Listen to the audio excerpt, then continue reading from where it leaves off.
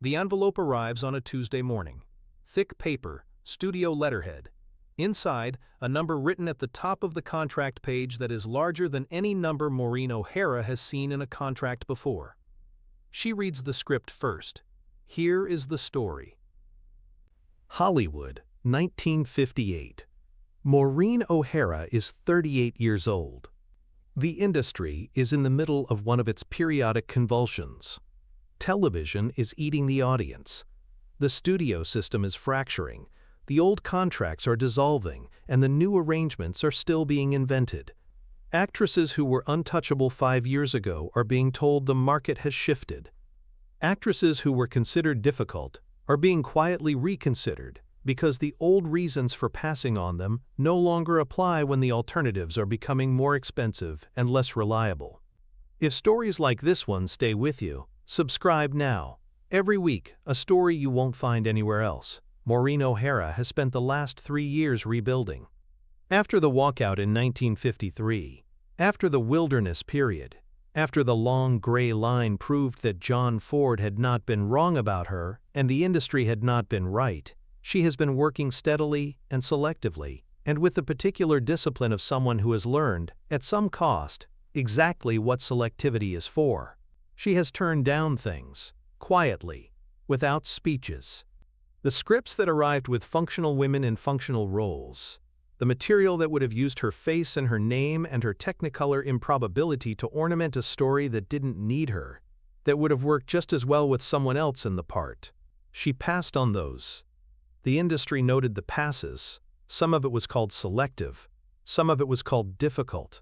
She made the distinction that mattered and ignored the distinction that didn't. The envelope on Tuesday morning is different. The production company is major. The director attached is a name that commands attention. Not Ford, but someone whose recent work has demonstrated the specific quality Maureen O'Hara has always looked for in the people she works with. Someone who sees what the camera finds rather than what he wants the camera to find. Someone who builds toward the truth rather than toward the approved version of it. The number at the top of the contract page is the largest she has been offered. By a significant margin. It is the kind of number that changes the practical shape of a life, that funds the years of selectivity that have preceded it and the years that will follow it, that makes possible the kind of patience she has been practicing since 1953. She puts the contract aside, she reads the script, she reads it in one sitting at the kitchen table in her house in the hills.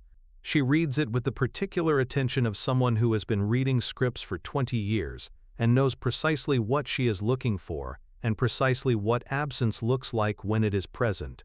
She reads every scene. She reads the female lead with complete focus and then reads it again. Then she puts the script down. She sits at the kitchen table for a long time. The role is large. The production is significant. The director is genuine. The number is the largest she has been offered. The character is not real. This is the specific thing she is sitting with at the kitchen table, the thing that takes a long time to reach its full weight. The character is not real in the way that matters. She is written with competence and even with craft. The dialogue is sharp. The arc is clear. The emotional moments are placed correctly at the correct intervals.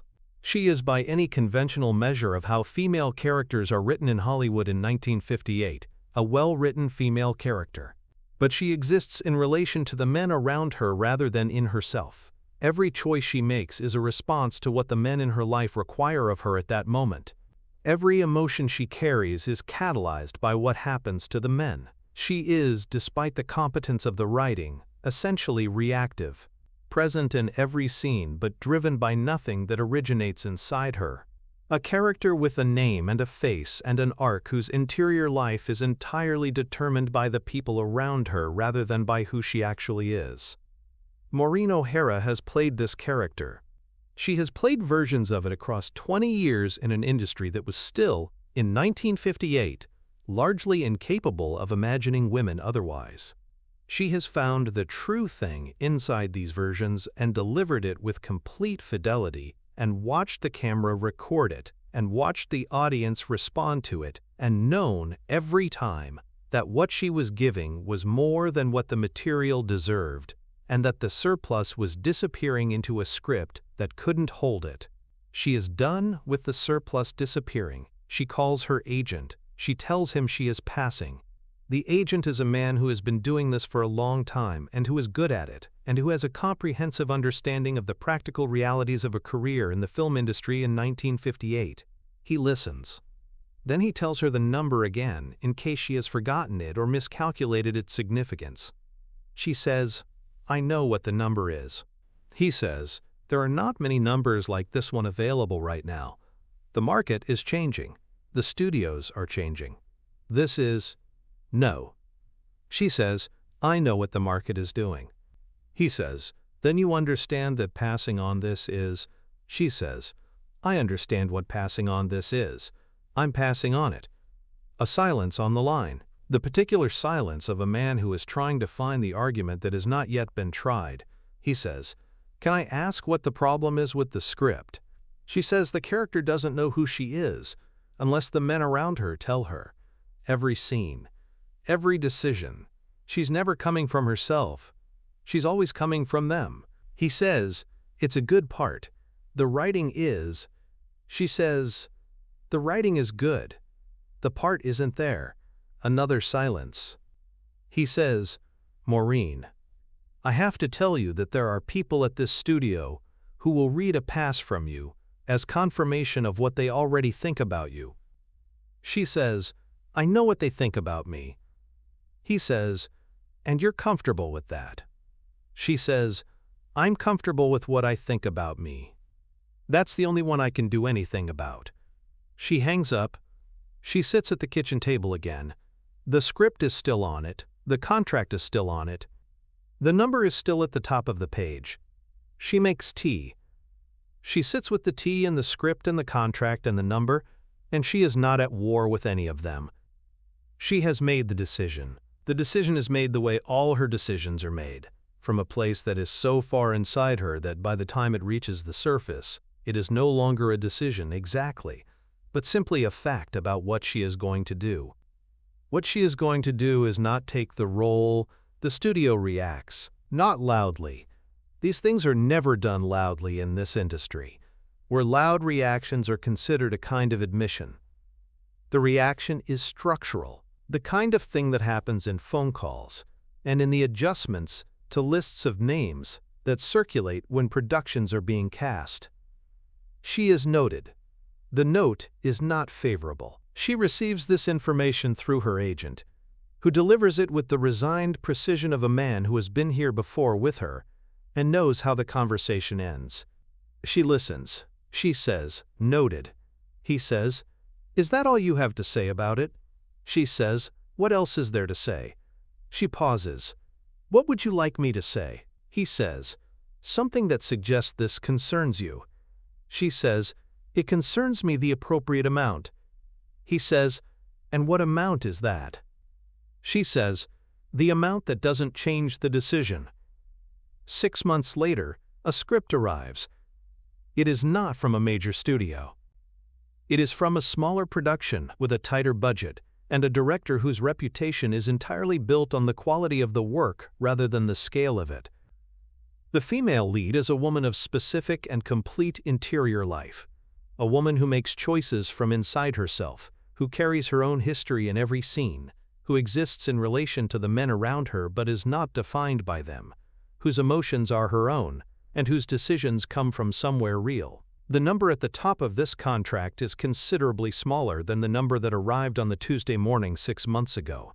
She reads the script in one sitting. She puts it down. She sits at the kitchen table for a long time. Then she calls her agent and tells him she is accepting. He is quiet for a moment. Then he says, "I want to make sure I understand. You passed on the biggest offer of your career, and you are accepting this." She says, "Yes." He says, "Because of the script." She says, "Because of the character. Because she knows who she is. Because every choice she makes in this script comes from inside her. Because when she is afraid, the fear is hers. When she is strong, the strength is hers." Because the camera is going to find something in this role that it can't manufacture and can't be directed into someone who isn't bringing it and can't be faked by a number at the top of a contract page. He is quiet again. Then he says, "All right." She says, "All right. The film is made, the budget is smaller, the production is quieter." The name above the title carries less immediate commercial weight than the name above the title of the film she passed on. The camera finds exactly what she said it would find.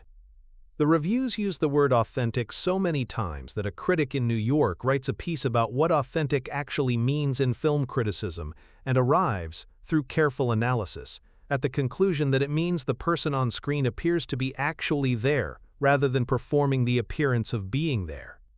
He doesn't name her. He doesn't need to. Everyone reading the piece knows which performance catalyzed it. There is something else that happened in 1958 that completes the picture. 3 months after she passed on the role, the production went ahead without her. The studio cast another actress, someone younger, someone whose recent films had performed well commercially. The film opened in March 1959. The reviews were careful, not dismissive. The production values were good, the direction was competent, the performances were professional. But there was something in several of the reviews, a hesitation in the praise, a slightly qualified quality in the language, that suggested the critics were reaching for a word they couldn't quite find. The word they were reaching for was the absence of something, not the actress. She did her job. She delivered the outline the script provided with skill and consistency and the kind of professional competence the industry runs on, and that audiences recognize without necessarily feeling anything in response to. What was absent was the thing that happens when someone brings their own interior life to a character who has one. The thing that makes the difference between watching a performance and watching a person. The thing the camera finds when it is pointed at someone who is not performing truth but living inside it. One critic, in a review that appeared in a small publication and was read by very few people, wrote a single line that was more precise than anything else written about that film. The role needed someone who already knew who she was. The review ran on a Tuesday.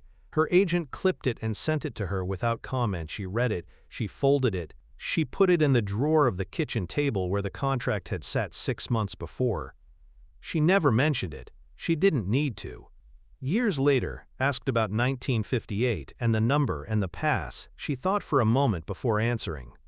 She said, "The number was real. I understood what it represented and what passing on it cost." She paused. "But the character wasn't real. And I've never been able to make an unreal character real. I've found the true thing inside material that didn't quite deserve it. But a character with no interior life of her own, there's nothing to find. You just perform the outline. And I've never been interested in performing outlines." She paused again. She said, "The camera knows the difference. The audience knows the difference, even when they don't have the words for it. And I know the difference." She looked at the interviewer. "The number doesn't change any of that. The number is the number, the work is the work. I've always known which one of those I was doing this for." About what it means to hold a standard when holding it is expensive. About the difference between a career decision and a life decision, and what happens when those two things point in opposite directions. About a number at the top of a contract page and a character with no interior life, and a woman who read both of them and understood, without conflict or drama, that one of them was real and one of them wasn't. That's the Maureen O'Hara who put the contract aside and read the script first, who sat at the kitchen table with the largest number she had ever been offered and the quietest certainty she had ever felt, and chose the certainty. The camera knew. It always had. That's the one worth knowing.